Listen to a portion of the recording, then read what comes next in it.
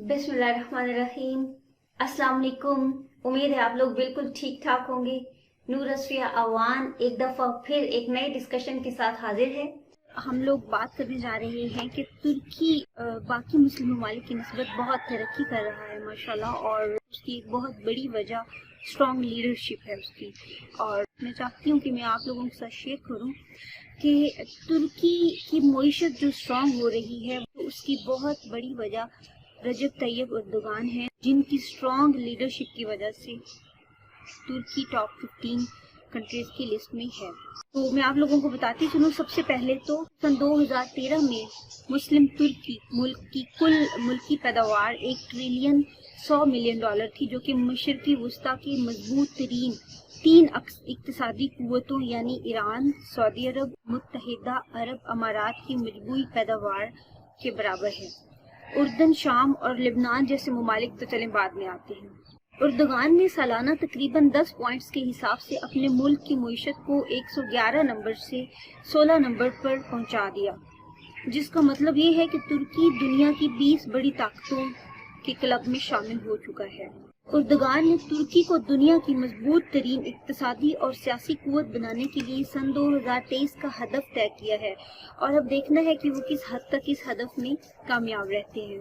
Istanbul airport Europe का सबसे बड़ा एयरपोर्ट है, जिसमें यौमिया 1260 परवाजें आती हैं। मकामी एयरपोर्ट की सुबह की 630 फ्लाइट्स इसके अलावा हैं। तुर्क एयरलाइन मुसलसल 3 साल से दुनिया की बेहतरीन फजाई सर्विस होने का एजाज हासिल कर रही है।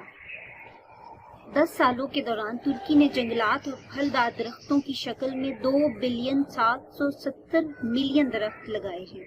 अपने इस दौरे हुकूमत में तुर्की ने पहला बख्तरबंद टैंक, पहला एयरक्राफ्ट, पहला ड्रोन और पहला सैटेलाइट बनाया है, और ये सैटेलाइट अस्करी और बहुत से दीगर अमूर जो हैं वो सरंजाम देने की सलाहियत रखता है।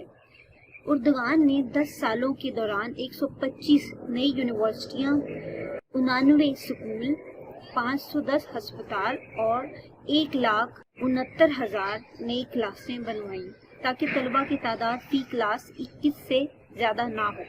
गुज़िश्ता माली बहरान के दौरान जब अमेरिका और यूरोप की यूनिवर्सिटियों ने भी अपनी फीसें बढ़ा दी थी, इन दिनों में भी एर्दोगान ने हुक्मनामा जारी किया कि तमाम यूनिवर्सिटियों और कॉलेजों में तालीम मुफ्त दी जाएगी और सारा खर्चा गवर्नमेंट उठाएगी। 10 साल पहले तुर्की में फी फर्द आमदन $3500 थी सालाना, जो कि बढ़कर $11,000 हो गई, और ये भी बहुत बड़ी अचीवमेंट है। ये शरह फ्रांस की फी फर्द शरह आमदन से ज्यादा है। इस दौरान तुर्की करेंसी की कीमत में 30 गुना इजाफा हुआ है। तुर्की की भरपूर कोशिश है कि सन 2023 तक इल्मी तहकीकात के लिए 3 लाख स्कॉलर्स तैयार करे। एर्दोगान ने कब्रस के दोनों हिस्सों में अमन कायम किया और कुर्द कारकुनों के साथ बराबरी की सतह पर मुज़ाकरात किए। आर्मीनिया के साथ मसाइल को सुलझाया। ये वो मसाइल हैं जिनकी फाइलें गुज़िश्ता 9 दिहाइयों से रुकी हुई थी। तुर्की में तनख्वाहों और उजरतों में 300% तक इजाफा हुआ है। मजदूर की कम से कम तनख्वाह 340 लीरा से बढ़कर 957 लीरा हो गई है। काम की तलाश में फिरने वालों की शरह 38% से घटकर 2% तक आ गई है। तुर्की में तालीम और सेहत का बजट जो है वो दिफा के बजट से ज्यादा है। और मुस्लिम तुर्की में 35,000 टेक्नोलॉजी लैब बनाई गई हैं, जहां नौजवान तुर्की तरबियत हासिल करते हैं। एर्दोगान ने 47 अरब का बजट खसारा पूरा किया, और इसके साथ साथ गुज़िश्ता जून में वर्ल्ड बैंक के कर्जे की 300 मिलियन की आखिरी किस्त भी अदा की। और न सिर्फ ये बल्कि वर्ल्ड बैंक को $5,000 अरब कर्जा दिया। 10 साल केवल तुर्की की बरामदात $23 अरब थी, और अब इसकी बरामदात $153 अरब हैं, जो कि दुनिया के 190 ममालिक में पहुंचती हैं। इन बरामदात में पहले नंबर पर गाड़ियां और दूसरे नंबर पर इलेक्ट्रॉनिक का सामान आता है। यूरोप में बिकने वाली इलेक्ट्रॉनिक अशिया में हर 3 में से 1 तुर्की की बनी हुई होती है। तुर्की हुकूमत ने तवानाई और बिजली की पैदावार के लिए कूड़े की रिसाइकलिंग का तरीका इख्तियार किया है। इससे तुर्की की 1/3 आबादी मुस्तफीद हो रही है। اردگان نے ایک ٹی وی پروگرام میں ایک بچے کے ساتھ مباحثے میں شرکت کی جس میں ترکی کے مستقبل کے بارے میں گفتگو ہوئی۔ اس بچے کی عمر 12 سال سے زیادہ نہیں تھی۔ اردگان نے اس بچے کی بھرپور حوصلہ افزائی کی اور اس عمل سے باقی بچوں کو یہ ترغیب دی گئی کہ وہ بھی بحث مباحثے میں اور اپنے ملک کی معیشت اور جو ترقی ہے اس کے بارے میں ڈسکشن کر سکتے ہیں تاکہ ان کا حوصلہ بڑھے۔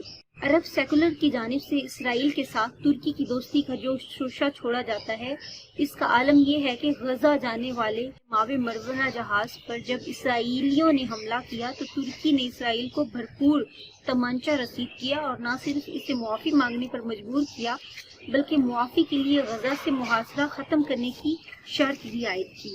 2009 میں ہونے والی دافوس اقتصادی کانفرنس میں جب اسرائیلی صدر پیریز نے غزہ پر حملے کا جواز پیش کیا اور لوگوں نے اس پہ تالیاں بجائیں تو اس وقت طیب اردگان نے نہ صرف شدید تنقید کی بلکہ یہ کہہ کر کانفرنس سے اٹھ گئے کہ تم لوگوں کو شرم آنی چاہیے کہ ایسی گفتگو پر تالیاں بجاتے ہو جہاں اسرائیل نے غزہ میں ہزاروں بچوں اور عورتوں کی جانیں لی ہیں۔ اردگان وہ واحد شخص ہے جس نے اپنی اہلیہ کے ساتھ برما کا دورہ کیا اور میانمار کے ستم رسید مسلمانوں سے ملاقاتیں کی۔ 9 دہائیوں پر محیط سیکولر دور حکومت کے بعد اردگان نے ترکی کی یونیورسٹیوں میں قرآن اور حدیث کی تعلیم دوبارہ شروع کی۔ اردگان نے یونیورسٹیوں اور عدالتوں میں حجاب پہننے کی آزادی دی ہے۔ اردگان نے بحر اسود کے کنارے پر سب سے بڑے معلق پل پر بسم اللہ الرحمن الرحیم کے حروف پر مشتمل لائٹنگ کروائی ہے اور یہ بھی بہت بڑی اچیومنٹ ہے۔ اگر ہم دوسری طرف دیکھیں تو جو عرب ملک ہے اس میں کرسمس کا دنیا کا سب سے بڑا درخت بنایا گیا جس پہ $40 ملین کی لاگت آئی ہے۔ اردگان ترکی کے نصاب میں عثمانی رسم الخط کو واپس لا رہا ہے جو در حقیقت عربی رسم الخط ہے۔ اردگان نے 7 سال کی عمر کے 10,000 بچوں کے ایک جلوس کا اہتمام کیا جو استنبول کی سڑکوں پر یہ اعلان کر رہے تھے کہ وہ 7 سال کے ہو گئے ہیں اور وہ اب نماز اور قرآن پاک کا حفظ شروع کریں گے۔ اور یہ کچھ انفارمیشن تھی جو میں آپ لوگوں کے ساتھ شیئر کرنا چاہتی تھی اور وجہ یہ تھی کہ مجھے یہ بہت انفارمیٹیو باتیں لگیں اور ضروری ہے کہ ہم یہ جانیں کہ اگر ترکی اسٹرانگ لیڈرشپ کے تھرو دنیا کے 15 جو ٹاپ ممالک ہیں ان میں آ سکتا ہے تو ہمارے جو باقی مسلم ممالک ہیں جن میں پاکستان بھی شامل ہے یہاں پہ بھی اتنی اسٹرانگ لیڈرشپ ہونی چاہیے اور انہیں بھی ایسے ہی انیشیٹیوز لینے چاہیے کہ جن سے معیشت کی ہے اس کی بحالی ممکن ہو سکے۔ اور آلدو اگر ہم لوگ اکنامیکلی دیکھیں تو ہماری جو ٹریڈ ہے کووڈ کا پیریڈ ہے اس دوران دیکھیں تو جو ہمارا ایشیا ریجن ہے اس میں سب سے زیادہ پاکستان کی ایکسپورٹس بڑی ہیں، لیکن اگر ہم اوور آل اکانومی کے حساب سے دیکھیں تو ابھی بہت سی چیزیں ایسی ہیں جہاں پہ اسی ہی طرح کے سٹیپس لینا ضروری ہیں جو طیب اردگان لے رہے ہیں۔ اپنا بہت سارا خیال رکھیے گا، اپنی دعاؤں میں مجھے یاد رکھیے گا۔ اللہ حافظ۔